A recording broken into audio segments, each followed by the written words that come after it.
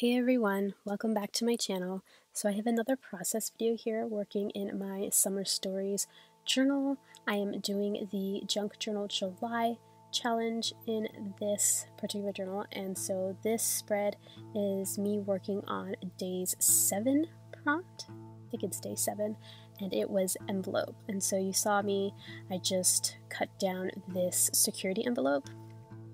And this is just a regular security envelope that you get like in the mail. And yeah, I cut it down so that it can fit the height of my journal. So I'm using an A6 journal, so I'm kind of like fiddling around with that. And I wanted it to tuck into that fabric like ruffle that I had there on the edge. And so I folded the kind of the lip of it, or the little, is it a lip? The closed part of the envelope.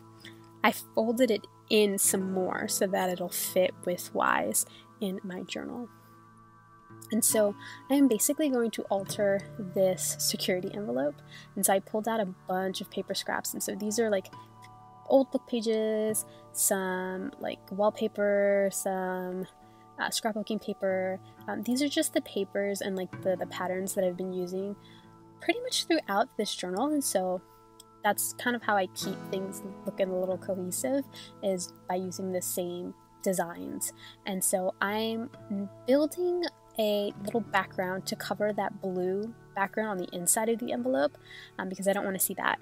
And when I kind of pull things out of this kind of pocket that I'm making out of this envelope, I want to see like a really pretty background and not that blue pattern. And so I am just collaging a bunch of different pieces of paper together to act as that background, you know, for the inside of the envelope. And so you'll see me here that I'm just kind of finagling. Is that the word? Is that a word? I don't even know. I'm just kind of playing around with trying to figure out like where the placement should be on some of these pattern papers, so that I can get it so that it all fits well, almost kind of like in the window. Like I don't need the whole background to be covered. I just need like whatever is going to be peeking out of like the little security window to be covered and to be nice. And so you see me here, I'm kind of struggling to glue it on the inside. I do end up covering up the last bit at the top on the inside, because when I open up the envelope, you still see that blue, and I just glued everything down. I glued everything down before I even realized that I wanted to cover the inside.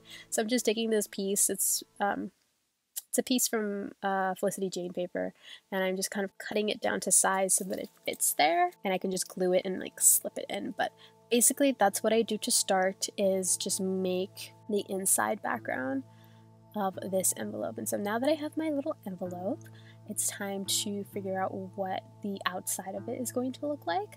And so I am gluing down some old book paper. I think it's the same page that I used on the inside. And then this, it's a digital wallpaper swatch that I made for myself. And yeah, so I'm going to use that. And you see that I'm just kind of gluing them on top of each other and then cutting down the whole thing to size so that it fits on top of the envelope. But of course now I have to cut out the windows, you know, so that I can see on the inside. So what I do to do that is I'm taking a bit of vellum. I don't really have tracing paper, so vellum works just fine. And I'm taking a pencil and I am basically tracing out the outline of the windows. And so I do that, you know, trace it out first, and then you'll see that I flip over my vellum piece and I am just tracing it on, like over again in pencil still on the back. And that's because what I'm going to do is rub this graphite onto my page so that I know exactly where I need to cut to get the windows lined up. I really hope that makes sense. You'll see what I mean in a few minutes once I, you know, finish filling in all the graphite on that line there. And so I'm basically putting it right over, and I'm going over again in pencil. You don't have to go over it in pen. You can kind of just scratch it maybe with like a needle or like a sharp point. But I'm making sure that the graphite that I put on the other side, on the back side, is rubbing off onto my collage piece of paper here, because then it gives like a almost kind of like a ghost shadowing. You can see it here now. And I'm just going to use that as my guide to cut out those window parts. So before I do that, before I go and cut, I decided to maybe put some stamping. And so I recently got these stamps. These are Tim Holtz stamps, and this one had like a bunch of sayings and stuff on it. I think I stamp out the numbers, and I wanted to stamp out something else, but I ended up taking one of my Prima marketing stamps and putting a bit of like, what you call it? Like, it, you know, like kind of looks like old school script. And in hindsight, I wish I did this in like one of Tim Holtz's brown distressed inks so that it looks a little bit more vintagey than this black StazOn. What I end up doing, I end up just using the ghost stamp instead of like the actual pigmented black stamp. And that's just to make it a little bit more subtle so that it doesn't stand out as much. And so I'm switching out the stamps here. I'm using this, it's like a scripty font. Like, it literally is like a vintage scripty font. It is from Prima Marketing. It's one of Finnabar's stamp sets.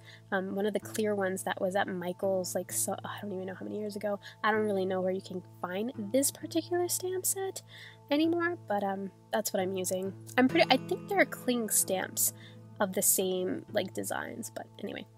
So I ghost stamped that, and then here I just kind of poked a hole, and now I'm just cutting. I'm sorry that it's kind of off screen a little bit, but I am just cutting that inner part out, and so I'm following that little guide that I put there in pencil, so that when I glue the whole sheet, like that whole piece of paper onto my envelope, the windows and everything lines up.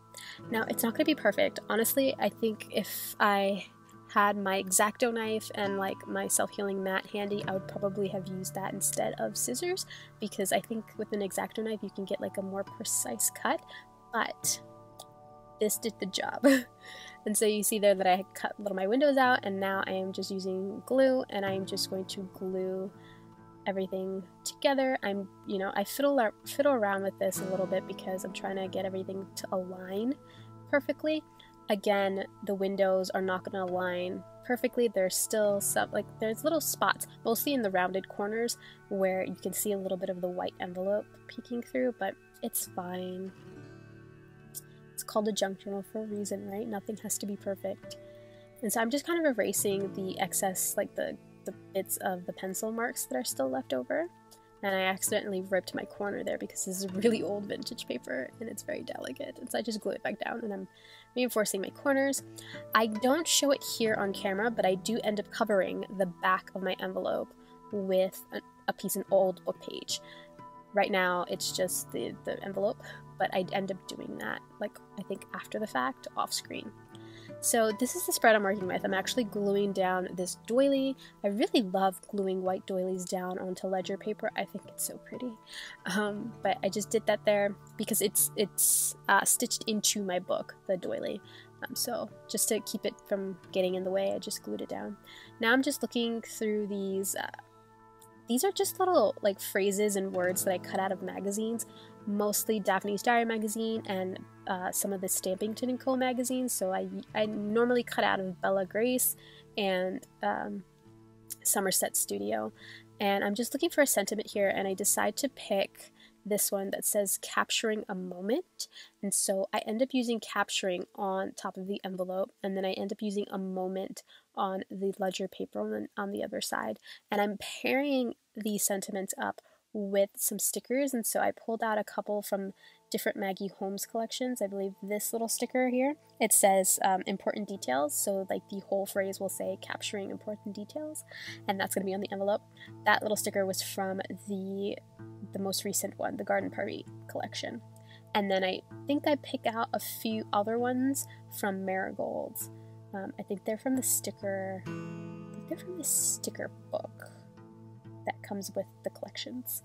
And so now I'm just looking through my paper clips. I love paper clips. I suck at using them in my journals, but I love them. Like, I love collecting them, and I'm trying to find a paper clip to clip the envelope onto my page. I end up going with this gold paperclip that's in the shape of a flower with leaves. I believe it's a Planner Society paperclip. It came in one of my Planner Society boxes. I have so many of these Planner Society paperclips, and they're so cute. Like, there's one with that's a dragonfly, and then I have a couple of them that are butterflies. They're so pretty, and I just never use them, so I'm using this floral one there to hold this envelope in. And now I'm trying to figure out what to do on the other side, like how to decorate it. And I think I settle on using that bird piece. It's also from a Planner Society kit, and I was considering layering it, and I switch it out with other birds and butterflies, but I do settle on that bird there. And the sticker that I end up using is documented. That's what I end up using. So it says a moment documented. So the one on the envelope says capturing important details, and then on the little page there it'll say a moment documented, and then I have that little bird on, like, kind of sort of sitting on top of the little sentiment there. And that's pretty much the spread. So now I'm trying to figure out what I want to put in the envelope. I thought I was gonna just put paper and like do my journaling on the paper, but I always have like these extra Polaroid photographs that I take, and these are some that I took of the flowers at Little Island where I work, and I wanted to keep them in here, I guess. So I had them extra, and so I figured, you know what, I can tuck these into this little pocket, and that'll just be for the day. This particular photo, I took these on my Instax, so it's not going to be perfect, and I'm not an expert at taking photographs on my Instax, but you can see the railing. The railing is at that little corner there, and so I kind of wanted to cover it up, and so I just used scrap pieces of the papers that I used for my envelope, and I'm just tearing bits of it and layering them up in that little corner, and I liked it so much on this one that I end up doing it on the other one too, and it just gives it kind of like a scrappy, you know, look to the Polaroids. Like, the Polaroids already look retro and vintage, you know, because that's like kind of an old school way of capturing photographs and capturing memories, but like having all these like different layers of paper on them, it just makes it look really cool. And so yeah, so I did that, and I put a sticker on on that first one there, and the sticker that I use says Simply Beautiful, and now I'm just like adding a tab, and so I'm using, again, the scrap pieces of paper that I had left over, and so I had some of that book paper, and I just kind of put a tab there just to have something that I can like reach for to pull out the photograph from within the envelope. And now I am going to back the Polaroid with this pattern paper that I have here that I used on the inside of the envelope. This pattern paper is another wallpaper swatch that I made for myself. I don't believe I have these in my shop. They're just like 4x6 swatches of wallpaper patterns, vintage wallpaper patterns, that I changed the colors on and stuff like that. So I don't know, if anyone's interested, maybe I'll just put them up on my shop, but I just made them for myself. But let me know in the comments. And so I cover up that one like that, and I put it in the envelope, and now I'm working on the other one, and I'm basically doing the same thing because I loved how the first one came out. And so for this one, I am covering up the front, and I do apologize that my camera kind of cuts out on this one in particular, but I layer up some of that wallpaper, and then I put 2 stickers. It says Little Things Captured, and now I am working on the back. I do use a piece of scrap to kind of make my little tab on the top, and on the back I covered up with another wallpaper sample and some plaid paper from a Felicity Jane collection that I have. And yeah, I'm just kind of cutting around the tab so that everything on the back kind of looks a little seamless, and that is that Polaroid. And I end up tucking that into the pocket. So I don't know what I'm going to do with these Polaroids. I might put a little bit of grid paper on the backs of them so I can do a little bit of journaling, but for right now they're just living in this little envelope, and this is my spread. I really hope that you enjoyed this quick journal video. Definitely check out the challenge. I'll leave Meg Journal's handle in the description box down below. And yeah, I really hope you enjoyed this video. Thank you so much for watching, and I will see you all next time. Bye!